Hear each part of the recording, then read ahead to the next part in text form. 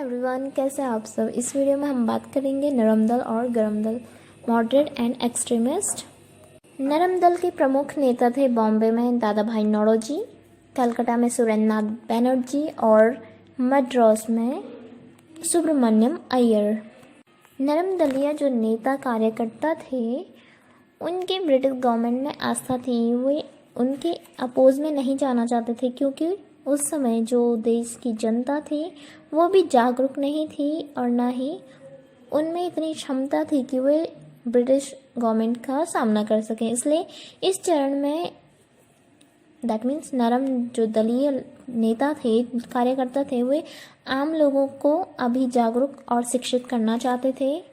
इनकी कार्यशैली थी कि ये सरकार से प्रार्थना करते थे, लेख लिखते थे, हस्ताक्षर अभियान चलाते थे, अपील करते थे, कानूनों के माध्यम से सुधार करने की मांग करते थे।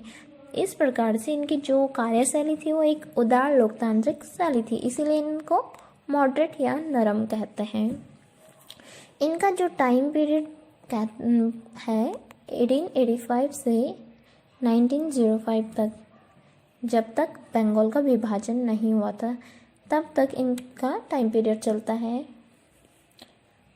इनके जो प्रमुख उद्देश्य थे नरम दल के, वे थे कि जो हमारी राजनीतिक संस्थाएं हैं और नेता हैं उनके बीच फ्रेंडली जो रिलेशन बनाए जाए। इसके अलावा जाति, धर्म, क्षेत्र, इन सब से ऊपर उठकर राष्ट्रीय एकता को प्रोत्साहन दिया जाए और हमारी जो देश की जनता है उसको जागरूक किया जाए कि जो अंधविश्वास है, कुरीतियाँ हैं, जाति धर्म के आधार पर जो लड़ाई झगड़े हैं, इनसे ऊपर उठ के जो हमारी राष्ट्रीय एकता, राष्ट्रवाद की भावना को डेवलप करना चाहते थे और उनको शिक्षित करना चाहते थे। इसके अलावा इनकी कुछ राष्ट्रीय मांग जो थी उनका निर्धारण करना भी इनका एक प्रमुख उद्देश्य था। नरम दल की प्रमुख मांगे थी सरकार से राजनीतिक प्रशासनिक मांग, आर्थिक मांग और कुछ अन्य थी। जो राजनीतिक प्रशासनिक मांग थी उसमें था कि जो उच्च पद थे उन पर भारतीयकरण हो, क्योंकि ब्रिटिश गवर्नमेंट ने पहले रोक लगाई थी कि जो भी 500 पाउंड से ऊपर के जो भी पद होंगे उन पर भारतीय नियुक्त नहीं होंगे। तो एक मांग ये थी। दूसरी मांग थी सिविल सर्विस परीक्षा का आयोजन भारत में हो। इससे पूर्व जो भारतीय थे उनको परीक्षा देने के लिए ब्रिटेन जाना होता था, तो भारतीय इतने समर्थ नहीं हो पाते थे कि वे ब्रिटेन जा सकें और वहाँ परीक्षा दे सकें। तो इसलिए इनकी मांग थी कि जो सिविल सर्विस की परीक्षा होती है, एग्ज़ाम होता है, उसे इंडिया में कंडक्ट कराया जाए। इसके अलावा जो निम्न स्तरीय कर्मचारी हैं उनके साथ बड़ी मात्रा में भेदभाव होता था, उन्हें हीन भावना से और उनके साथ थोड़ा भेदभाव होता था, तो इस भेदभाव को भी कम करने की मांग की गई। इसके अलावा जो कार्यपालिका है उसे न्यायपालिका से अलग करने की मांग की। जैसे पहले कलेक्टर जो होता था डीएम, वो कार्यपालिका भी था और न्यायपालिका का काम भी करता था, लेकिन बाद में इन दोनों को सेपरेट करने की मांग की गई। इसके अलावा जो विधायी परिषद थी उसमें भारतीयों की संख्या बढ़ाई जाए, ये भी मांग की गई। इसके अलावा सदस्यों के अधिकारों में वृद्धि की जाए, क्योंकि उन्हें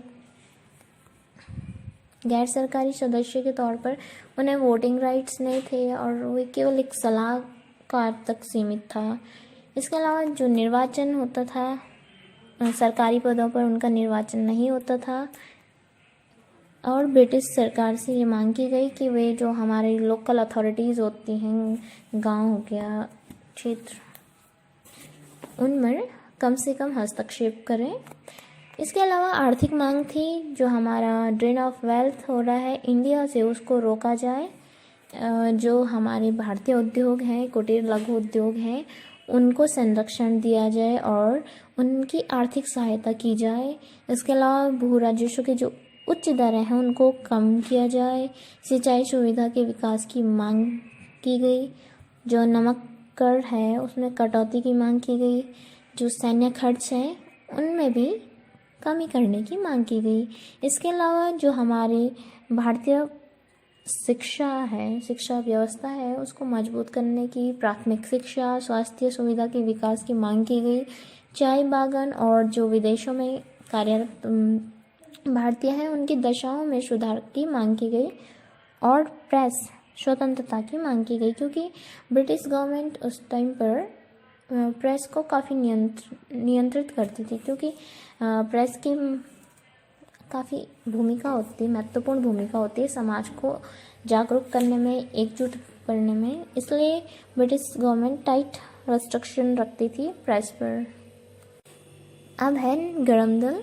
गरम दल का उदय इसी कारण होता है कि जो ब्रिटिश गवर्नमेंट थी नरम दल की जो मांगे थी उनको लेकर कुछ खासा रुचि नहीं दिखाई, और इसके अलावा ब्रिटिश गवर्नमेंट के द्वारा ऐसे कार्य किए गए जिससे जो उग्रवादी नेता थे वे काफ़ी उग्र रूप में हो गए और गरम दल की स्थापना होती है।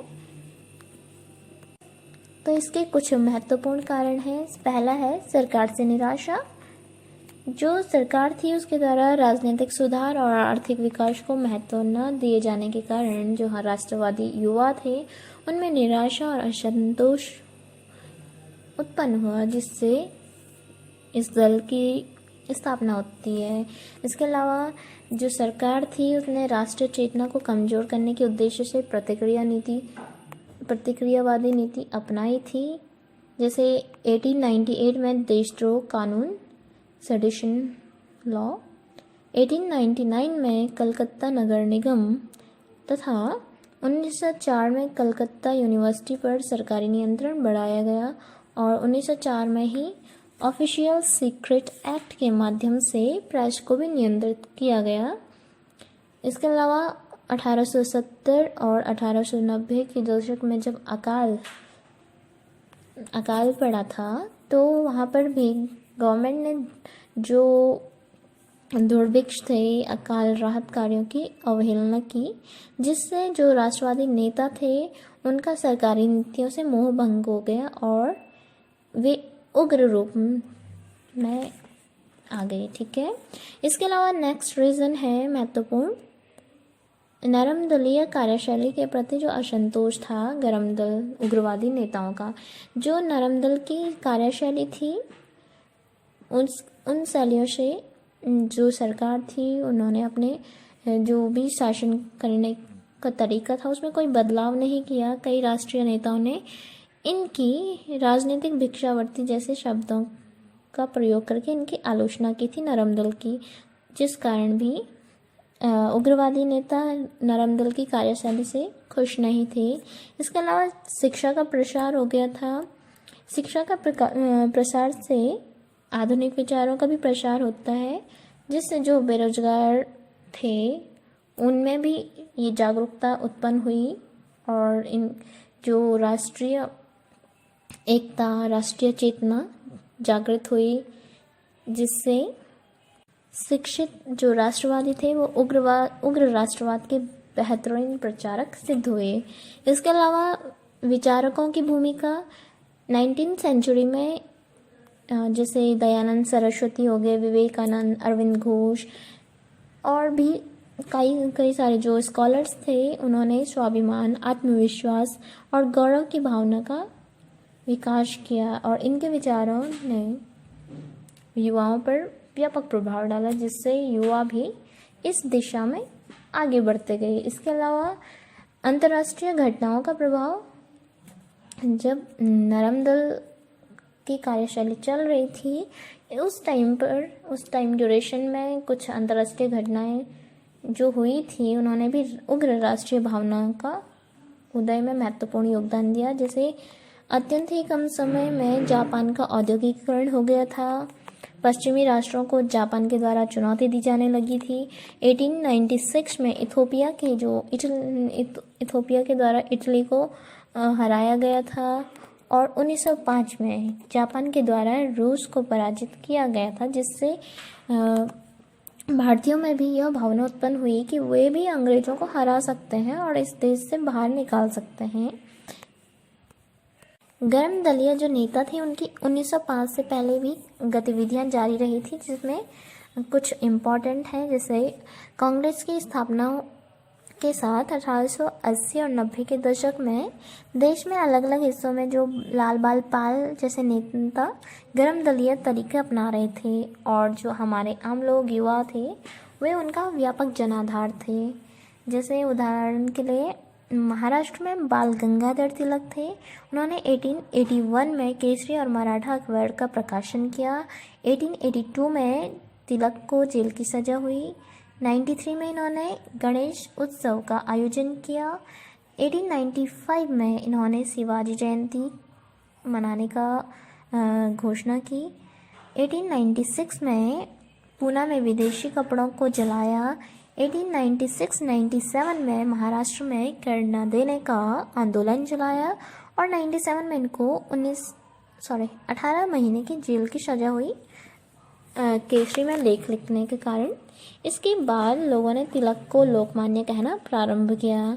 इन्हें भारत का बेताज बादशाह कहा जाता है। पूना में इंग्लिश स्कूल, फर्ग्यूसन कॉलेज की स्थापना की थी इन्होंने।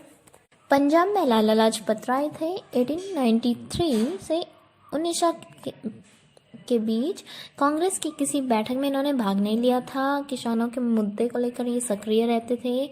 आर्य समाजी, वंदे मातरम, द पीपुल जैसे अखबारों का इन्होंने प्रकाशन किया। बंगाल में अरविंद घोष थे। 1894 में इन्होंने जो the new lamps for old नामक लेख में पहली बार नरम दलीय जो राजनीति थी उसे व्यवस्थित तरीके से क्रिटिसाइज किया था कि इनकी जो कार्यशैली है वो सही नहीं है, इस टाइप से। और इन्होंने वंदे मातरम नामक पत्रिका का प्रकाशन किया था, और जो देश है हमारा देश, इसको माँ कहकर संबोधित किया था अरविंद घोष ने। एंड द लास्ट रीजन है गर्म दल के उदय का, जो बंगाल विभाजन का निर्णय था।